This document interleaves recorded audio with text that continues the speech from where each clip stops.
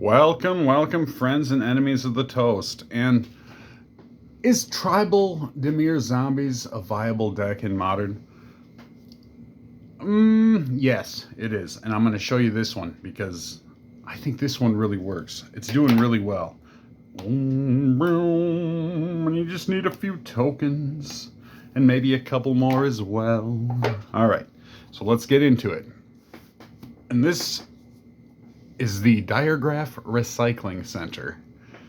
And this works a lot different. This is unique to our channel, as far as I know. But as always, I could be wrong on that. But I think it is. So, we have 3 carrion feeders that can't block, so that's why we have 3. Sacrifice a creature, put a 1/1 counter on carrion feeder. It's very good, though, for putting stuff in the yard, or, as I say, in the recycling bin. So, we have Champion of the Parish. Whenever another Zombo enters, you put a 1/1 counter on that creature. That's 1 black. Very good. We're going to have a lot of zombies entering and exiting. We have Stitcher's Supplier. When the Stitcher enters or dies, mill 3 cards. No part goes to waste. So that's a great way to get 6 cards in there. And here is one of our star pieces. As a star piece in any zombie deck, target creature can't block. So that's why we have 4 of these and 3 of the crawlers. You may cast this card from your graveyard as long as you control a zombie. We always will be. We always will be. So we have 4 of those.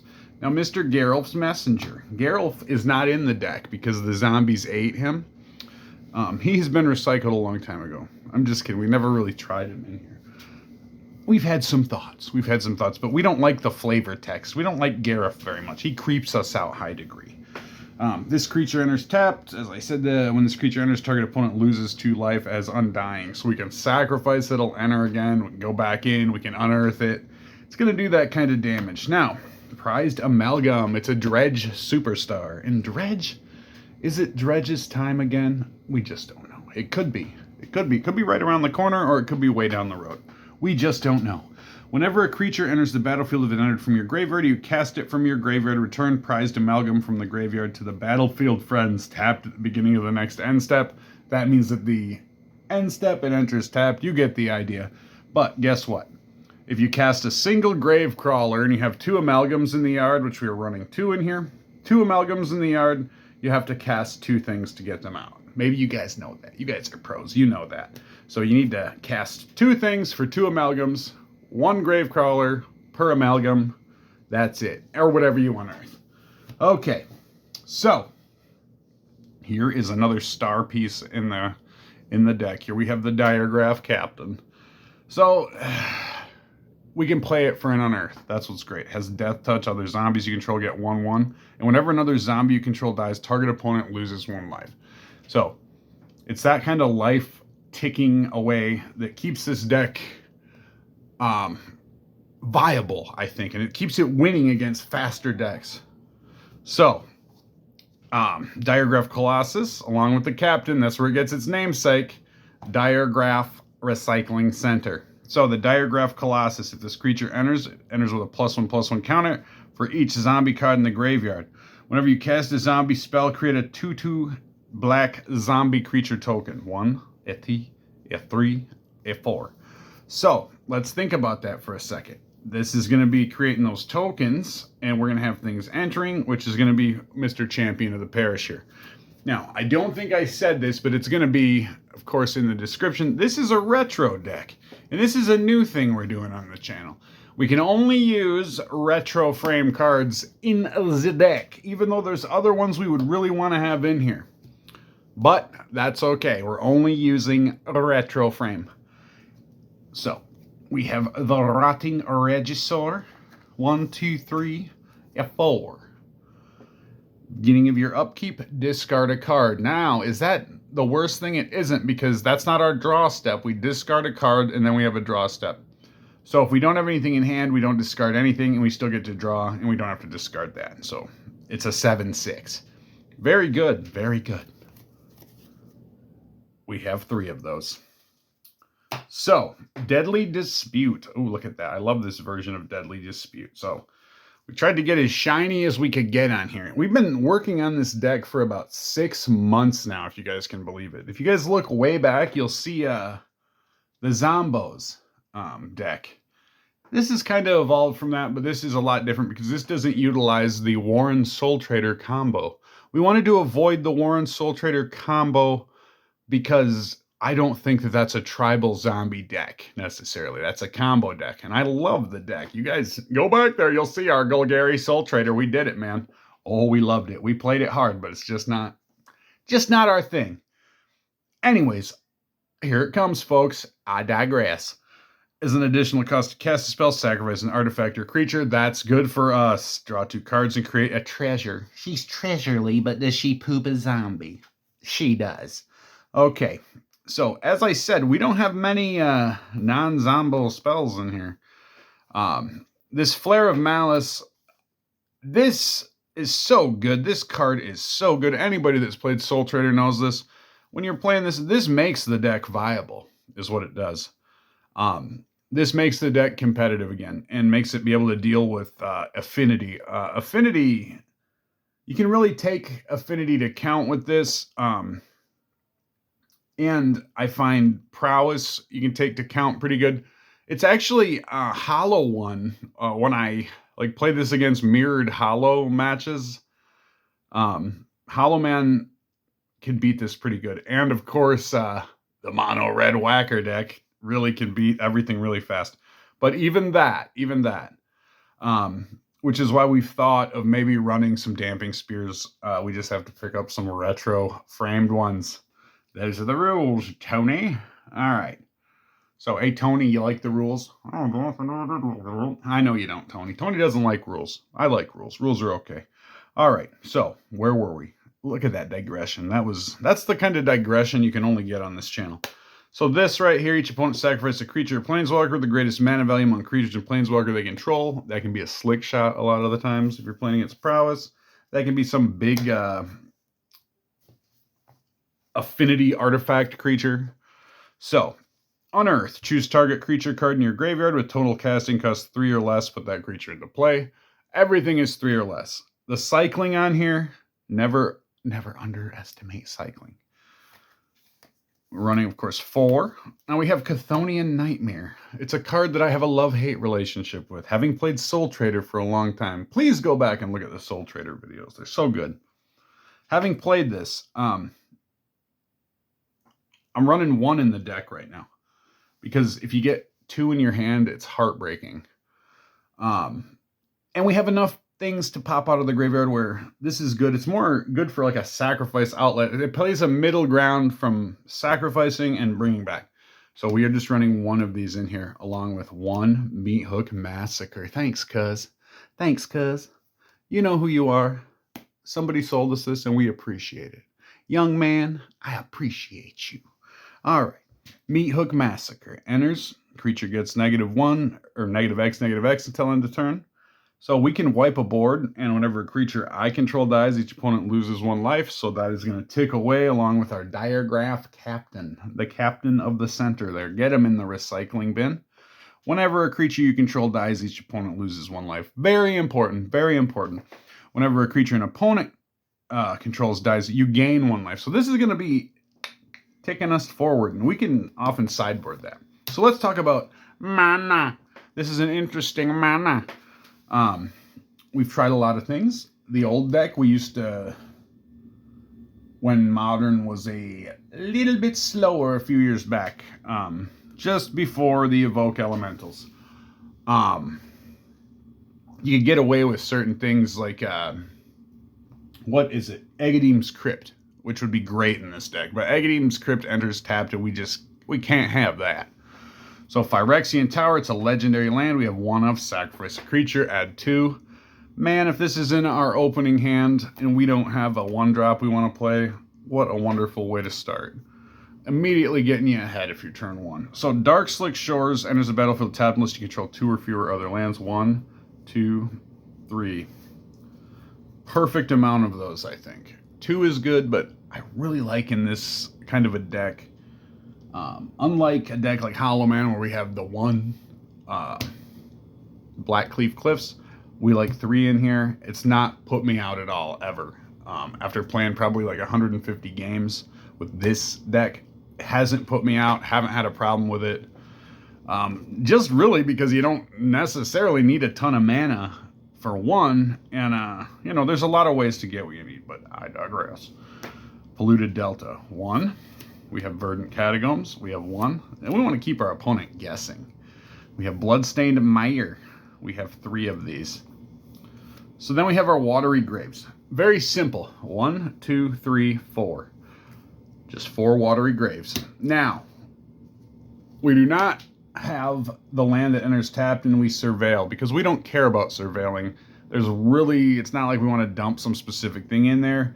We don't want something entering tapped. If I can't afford to have Agadeem's Awakening, I can't afford to have one of those surveil lands, which I tried it, but just didn't cut the mustard seeds.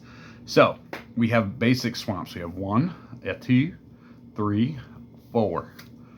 Now 1, 2, 3, 4, 5, along with the Watery Graves. That gives us 9.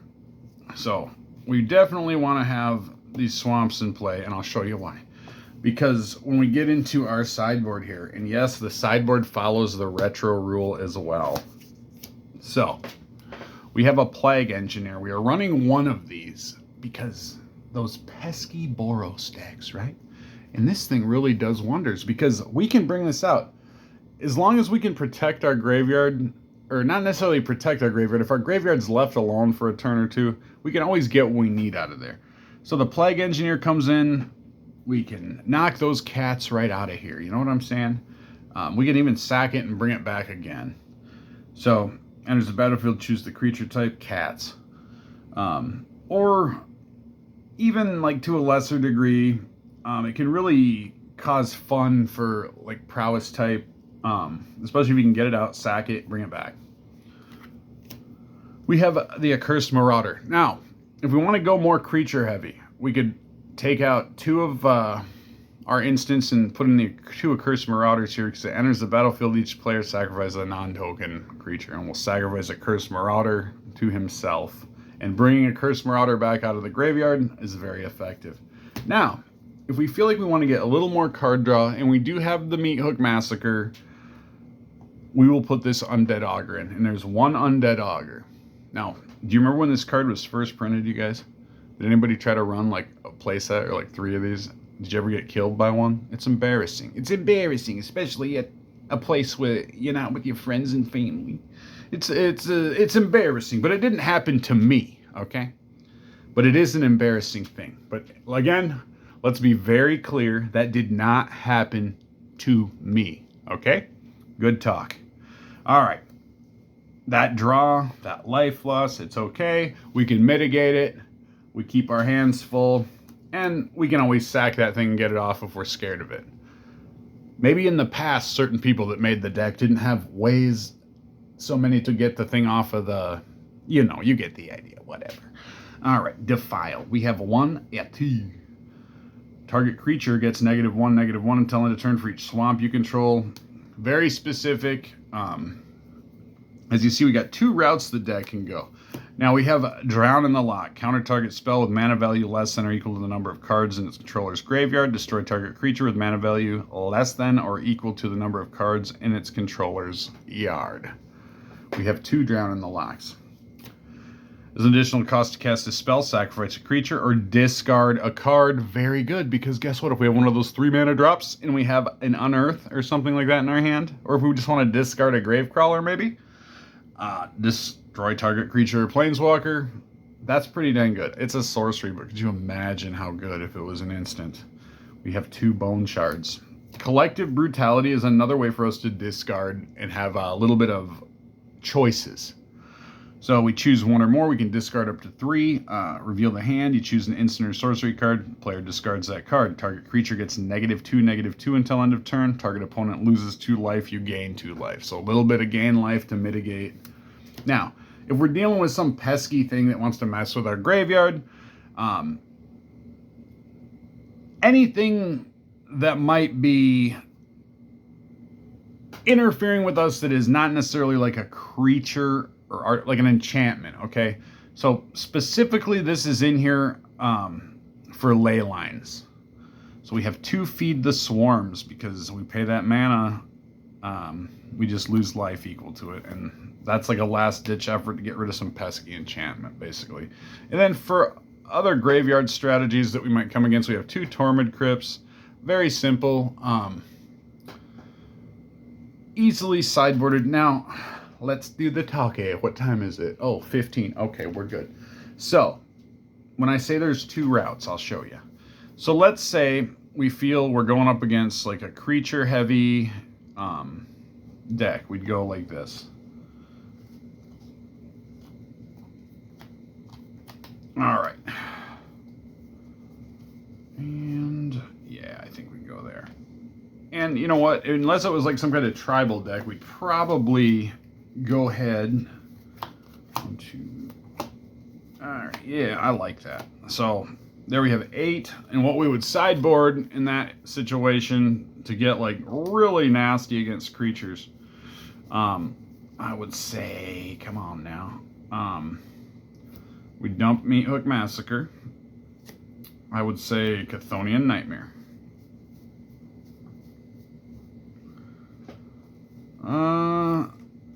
2 Reggies.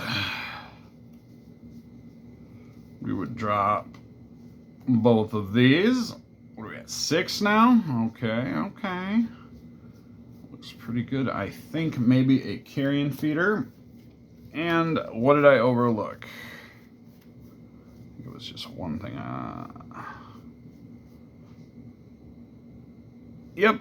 That looks pretty good. All right. You know what? We're going to go 2 here, and we're going to keep the Meathook. Just because stuff's going to be dying. All right. So that's what you'd do then. And I'll show you one other way we could sideboard. So, removed, we have Mr. Reggie. Even though we love him. He knows he's in the main board. But just in this instance, we don't need him. Okay, so Chthonian Nightmare, we have ways, the stuff we're doing, we're getting stuff back. We don't need, just because it's a creature-heavy deck, we don't need another creature that doesn't block. We have the Prized Amalgam. That is a creature that is kind of indulgent, if you will. Like, it's indulgent to get to eat this out of the recycling bin. So, let's see here. And then, of course, we replace that with the 2 Defiles, Curse Marauders, Drown in the Loch, and Bone Shards. Now, let's say we're going against like a low creature deck where we were very kind of non-creature spell heavy. We go ahead and dump those Flare of Malices completely. Keep our Meathook. All right. We'll be putting back in Prized Amalgams, the Carrion Feeder, Chthonian Nightmare, and the Reggie.